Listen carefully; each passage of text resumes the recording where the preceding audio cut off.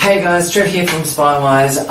Today I want to talk to you about clicking necks because so many people suffer with them and they just put up with them. They're frustrating, they annoy people, and because the location is so close to the ears, I hear it all the time and it winds people up and gets them all just agitated. And they're just really simple things that are sometimes very, very easy to sort out. So I want to talk to you about clicking necks, and most importantly, when we start talking about clicking necks, what we really want to talk about is how can we stop it from happening. But more importantly, once you have got it, how do we actually stop it from occurring at that point in time? So let me talk a little bit about the structure of the spine and neck first, and why this is such a big problem for people.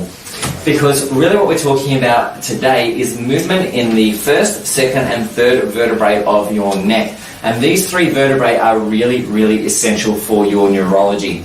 See, there is an enormous amount of neural pathways that go through this area, and there's a whole lot of what we call neural ganglia that sit in these areas that are directly responsible for the health and function of your brain. So when we start getting changes in motion and changes in function in these areas, the net result is we actually change brain health to some extent. And if you're a headache sufferer, a migraine sufferer, any of these kind of things, light sensitivity, sound sensitivity, jaw pain, trigeminal neuralgia, all these kind of things, these three areas in the upper part of your neck can be critical for your health and well-being.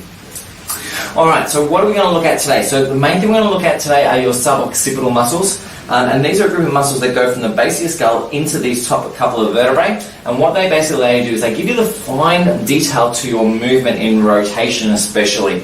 And when they don't work very well, we've often seen in the office here that changes in those muscles can actually lead to minor movement errors, if you want to call it that. And these can be associated with clicking necks, especially in the upper part of the spine.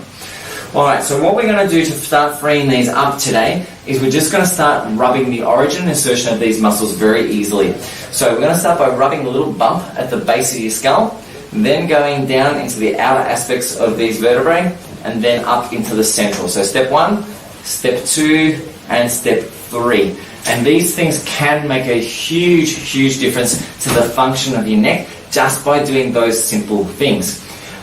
Likewise, before we get into any detail, if you are if you are a person with any of those issues that I spoke about before, the migraine, the headaches, the light sensitivity, the sound sensitivity, trigeminal neuralgia, the jaw pain, all these kind of things, please get yourself properly checked, because there are a lot of other neural pathways that can come through there. You really need someone who is a real expert in this area, as well as in the areas of the neurology associated with that, to properly assess to make sure that you don't have any other underlying issues, and to correctly identify what the issue is, because there are often resolutions available if you get these things under control. So if you don't know where to look or you're having issues, just message me. Always happy to help you out in any way, shape or form. Alright, so let's get to it. This is my man Oscar. Hey dude, spin around, face that way, buddy.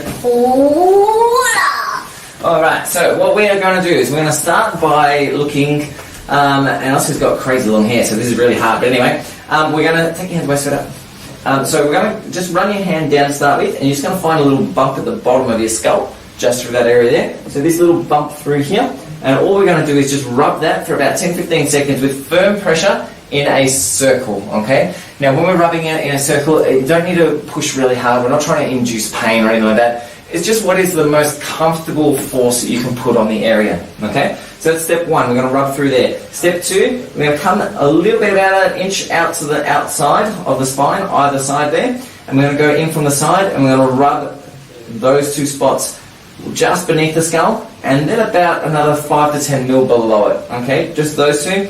We're going to do the exact same on the other side. And you might find some of these are tender and some of them aren't tender, and that's okay, it's completely normal. Then once you've done that, we're going to move in, rub on the bump on the spine, and then we're going to go up one and rub the next bump on the spine. Okay, so they're the 3 steps that we're going to do. On the bump, on the skull, go out to the side, go down a little bit, out to the side, same on the other side, central on the bump, and then head up on the bump. You're going to rub each one for about 10 to 15 seconds. If you've done that, it doesn't feel any different on the other side of it, repeat it, but this time do it in slightly different positions. So for instance, turn your head to your left and repeat it. Turn your head to your right and repeat it. If you've got someone helping you, it'll be much easier than if you're doing it on your own, but there's no reason why you can't do it on your own. Just remember, it's not about inducing pain, it's just about trying to free the area up. So it should be a little bit uncomfortable, but you don't want to go doing any injuries in any way, shape or form. Anyway guys, if you have any questions with that, or if you haven't clicked neck and it hasn't settled down after you've done that, just send me a message. There are a couple of key other muscles that are really essential to dealing with those things. If you are getting neck pain for other reasons though, so you just generally got neck pain, you're getting tingling down your hands, numbness, any of these kind of things, please don't do this stuff. Contact me and I'll let you know what you can do instead. We need to make sure that you're not doing any injuries or damage along the way as well. Anyway guys, that's it from me for today and from Oscar, and we shall catch up in the next vid. Bye for now.